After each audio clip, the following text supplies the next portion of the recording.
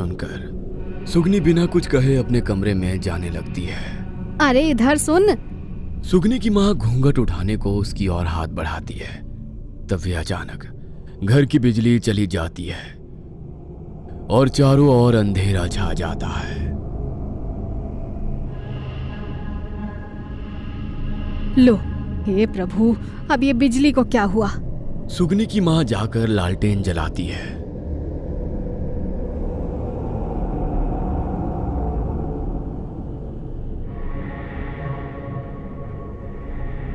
अरे तू अभी तक अपने कमरे में घूंघट ओढ़े बैठी है।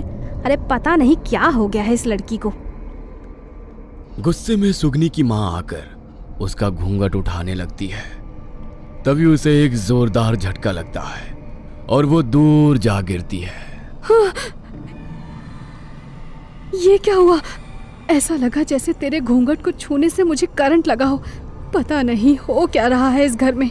तू अपने चेहरे से घूंघट क्यों नहीं उठा रही? माँ के कहने पर सुगनी अपने चेहरे से घूंघट हटाती है। हाय, देखो तो कैसा चमक रहा है मेरी लाडो का चेहरा। इसे तो उपटन की भी जरूरत नहीं है। पता नहीं क्यों ये चांद सा चेहरा घूंघट में छुपाए घूम रही है। ये कमरबंद, ये कहाँ से आया तेरे पास? बहुत कीमती दिखाई पड़ता है। सच सच बता, जमाई राजा से मिलकर आ रही है क्या? मुझसे बहाना करके कुएं पर गई थी ना? कैसी बातें करती हूँ माँ, ऐसा कुछ भी नहीं है। माँ से झूठ बोलने से कुछ नहीं होगा। तेरे चेहरे का तेज और ये भारी भरकम कमरबंद देखकर मैं समझ गई हूँ कि क्या बात है। देख बेटा, ये तेरे ससुराल वालों की अमानत है। इसे संभाल कर रखना और ससुराल जाकर अपनी सास को सौंप देना। सुगनी की माँ ये सोचकर खुश थी कि दामाद ने अपनी निशानी के लिए बेटी को कमरबंद दिया है, इसलिए वो फूली नहीं समा रही थी। ब्याह की तैयारी और रस्मों के बीच अगले 2 दिन बीते और तीसरे दिन किशन की बारात सुगनी को ब्याहने के लिए उसके दरवाजे आ पहुंची।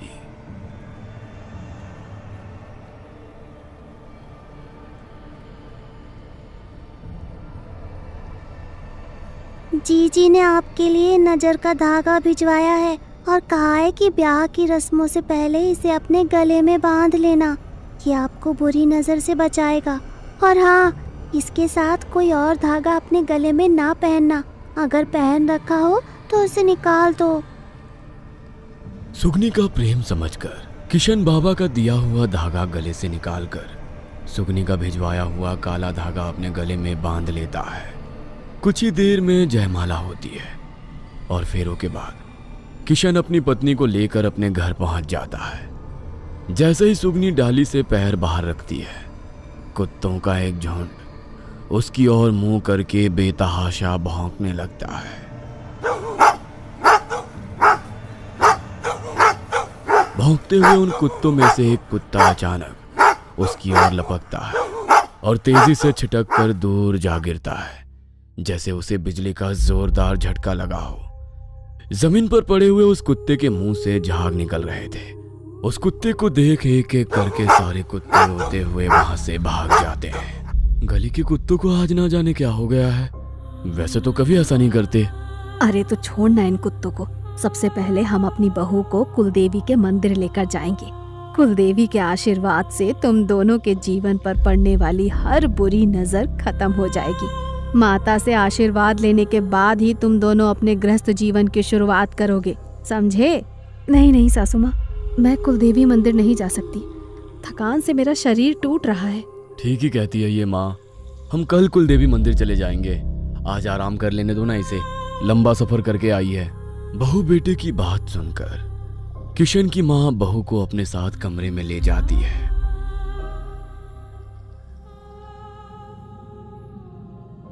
और किशन को दूसरे कमरे में सोने के लिए भेज देती है। आधी रात के बाद किशन को अपने आसपास किसी के होने का एहसास होने लगता है। वो आंख खोलकर देखता है कि बाहर से अभी भी कुत्तों के रोने की भयानक आवाज सुनाई दे रही थी। उसके कमरे के दरवाजे पर उसकी नवब्याहता पत्नी माहवार से सजे हाथों से अपना चेहरा ढके खड़ी हुई थी। अरे सुगनी, इतनी रात गए तू यहाँ? माँ ने तुझे यहाँ आते देखा तो नहीं? तू यहाँ क्यों आई?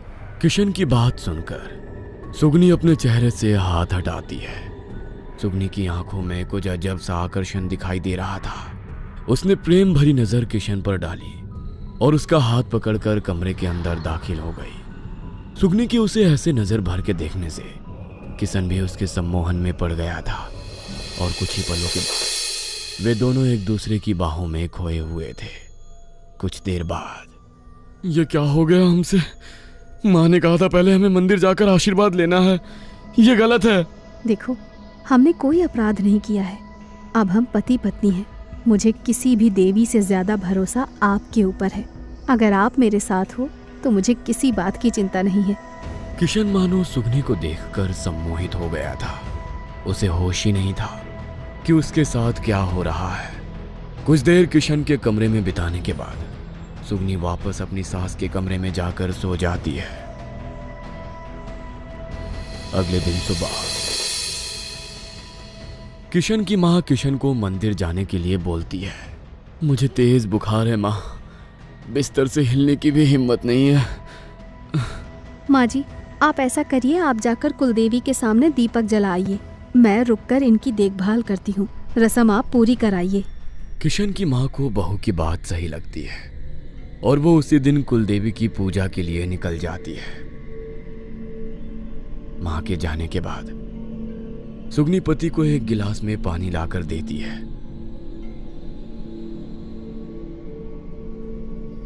पानी पीने के बाद किशन का बुखार गायब हो जाता है और वो एक बार फिर सुगनी के सम्मोहन में पड़कर उसके करीब पहुंच जाता है।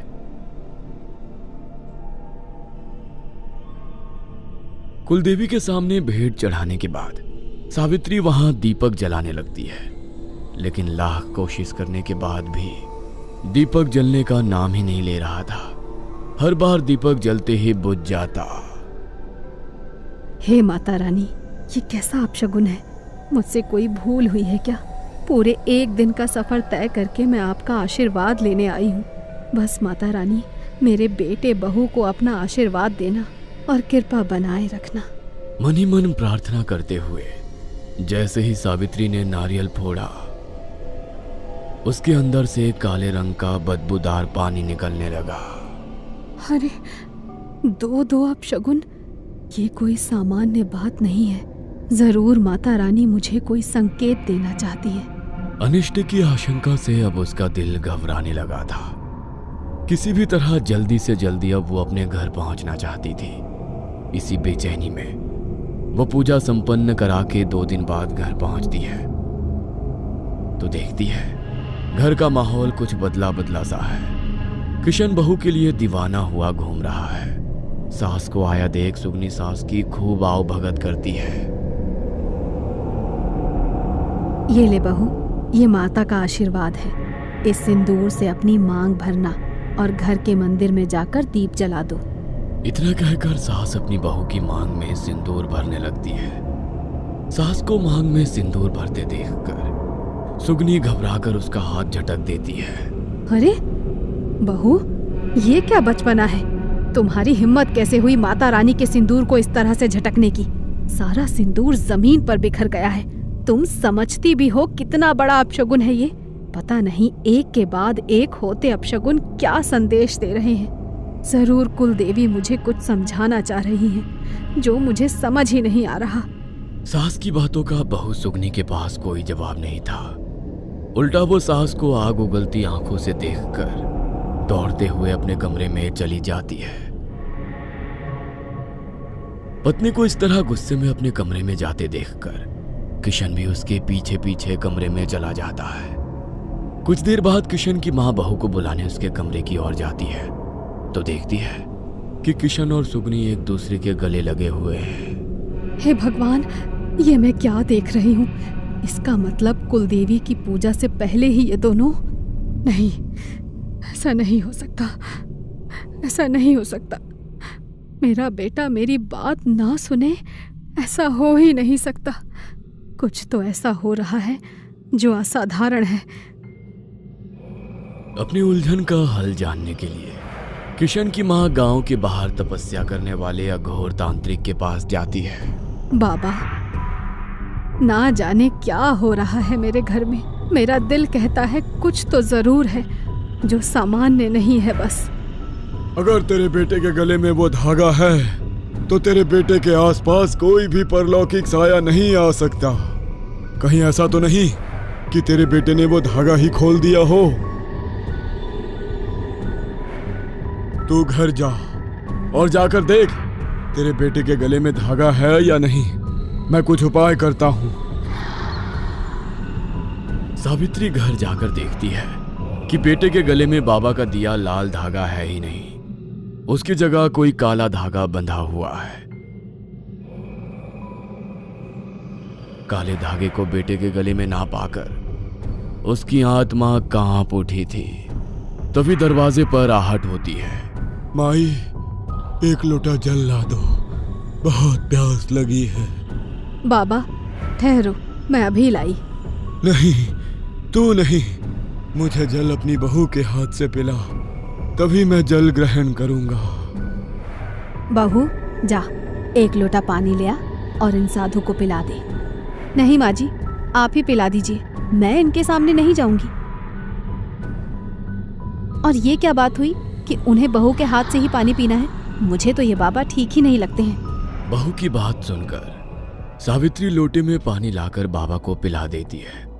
2 दिन बाद दबे पांव सावित्री एक बार फिर बाबा के पास पहुंच जाती है। आपका शक सही था बाबा, मेरे बेटे के गले से वो धागा गायब हो गया है। अब आप ही कुछ उपाय करिए बाबा। पहले तो वो सपने और अभी अपशगुन, कहीं इन दोनों का आपस में कोई संबंध तो नहीं है ना? तेरी बहू को जांचने के लिए ही मैं तेरे द्वार पर भिक्षु बनकर आया था, लेकिन तूने अपनी बहू को बाहर भेजा ही नहीं। आपको पहचानने में भूल हो गई मुझसे बाबा। अब आप बताइए मैं क्या करूं? ये ले जल, अपने घर के सभी कमरों में छिड़क देना। आधी रात के बाद जाकर देखना, सारा सच तेरे सामने होगा। बाबा का दिया जल अपने आंचल में छुपाकर सावित्री दबे पांव वापस अपने घर लौट आई थी।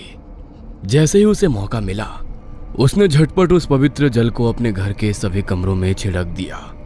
उसे भी अब कहीं ना कहीं इस बात का वहम हो चला था कि जब से बहू घर में आई है, कुछ न कुछ अपशगुन होते जा रहे हैं। इसलिए उसने बहू के बिस्तर के चारों ओर भी उस जल के छींटे लगा दिए और चुपचाप जाकर अपने कमरे में बैठ गई।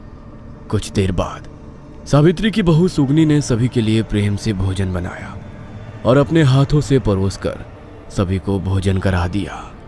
मुझे आज तबीयत कुछ ठीक नहीं लग रही बेटा। किशन, तू ऐसा कर, आज रात को मेरे कमरे में सो जा।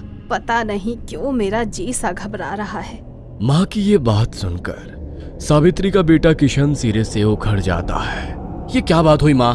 आप क्या कोई छोटी बच्ची हो कि आपको घबराहट हो रही है, जिसे दूर करने को मैं रात में आपके कमरे में सोऊं? अरे यहीं बगल वाले कमरे में ही तो हूँ। अगर रात में कुछ दिक्कत लगे तो दरवाजा खटखटा लेना। अभी मुझे बहुत थकान हो रही है, मैं अपने कमरे में सोने जा रहा हूँ। पता नहीं है क्या हो गया मेरे बेटे को। आज से पहले तो उसने मुझसे कभी इस तरह बात नहीं की। खाना भी ऐसे जल्दबाजी में खाकर जा रहा था, जैसे उसे कहीं पहुंचने की जल्दी हो। मेरी पूरी बात तक नहीं सुनी और उठकर अपने कमरे में चला गया। किशन पर अभी तक सुगनी का सम्मोहन हावी था। पूरा दिन वो बस किसी तरह सुगनी के करीब जाने की जुगत लगाता रहता। दिन तो किसी तरह कट भी जाता, लेकिन रात में वो ऐसे अपने कमरे की ओर भागता जैसे चुंबक उसे अपनी ओर खींच रहा हो। अच्छा बहू, देख, किशन ने तो मेरी बात पर ध्यान ही नहीं दिया। तो ऐसा करना, बस कमरे में कुंडी मत लगाना, कहीं रात में मैं दरवाजा खटखटाती रह जाऊं और तुम लोग खोलो ही ना। आप फिक्र मत करिए माँ जी, मैं सोने से पहले दरवाजे की कुंडी खोलकर ही सोऊंगी। आपको अगर कुछ भी परेशानी हो, आप तुरंत मुझे आवाज लगा दीजिएगा। सावित्री को आज बस किसी भी तरह आधी रात बीतने का इंतजार था। वो जानना चाहती थी कि आखिर उसके घर में घट रही इन अनहोनी घटनाओं का क्या मतलब है। कुछ देर बाद जैसे ही सुगनी और किशन अपने कमरे में गए, अचानक ही जैसे बाहर का माहौल बदलने लगा। आसपास के सारे कुत्ते सुर से सुर मिलाकर रोने लगे और दूर जंगल में भेड़िए और सियार के रोने की आवाज भी सुनाई पड़ने लगी। एकाएक जोरों से बिजली कड़कने की आवाज आने लगी और पूरा आसमान काले बादलों से घिर गया। अपनी तेज होती धड़कनों को नियंत्रित करते हुए किसी तरह सावित्री अपने कमरे में जाकर बैठ जाती है। कुछ देर के बाद बाहर का मौसम और जानवरों की आवाज सभी कुछ सामान्य हो गया था, जिससे सावित्री ने भी थोड़ी राहत की सांस ली थी। आधी रात के बाद सावित्री एक एक करके सभी कमरों में जाकर देखने लगती है, लेकिन उसे पूरे घर की तलाशी लेने के बाद भी कहीं पर कुछ भी नजर नहीं आ रहा था। अब तो बस किशन और सुगनी का कमरा ही बचा था।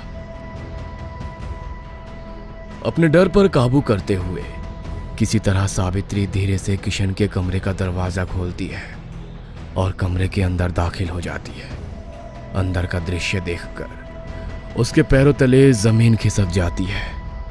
किसी तरह अपनी चीख को अपने मुंह में दबाकर वह कुछ पल सन्नसी वहीं खड़ी रहती है। सामने बिस्तर पर उसका बेटा बेसुध सोया हुआ था और वहीं उसके साथ एक अजीब सी स्त्री सोई थी, जो सुगनी नहीं थी बल्कि एक ऐसी स्त्री थी जिसका आधा शरीर तो इंसान जैसा था और आधा सर्प जैसा। उसके पूरे शरीर का रंग गहरा नीला था और वो आकार में किसी भी सामान्य स्त्री से कहीं ज्यादा लंबी और खूबसूरत थी। उसे देखकर ऐसा लगता था वो इस लोक की है ही नहीं। यह दृश्य देखने के बाद सावित्री के अंदर अब उस कमरे में खड़े होने का साहस नहीं बचा था। किसी तरह खुद को संभालते हुए वह कमरे से बाहर आ जाती है और अपने कमरे में जाकर फूट फूट कर रोने लगती है। हे भगवान, ये सब क्या देखा मैंने। अगर किशन के साथ ये औरत सो रही है तो फिर मेरी बहू सुगनी कहाँ है? कहीं ऐसा तो नहीं कि सुगनी के माँ बाप ने किसी जादूगरनी से मेरे बेटे का ब्याह करा दिया? आखिर क्या राज है इस औरत का? ये कौन है और मेरे बेटे के पीछे क्यों पड़ी है?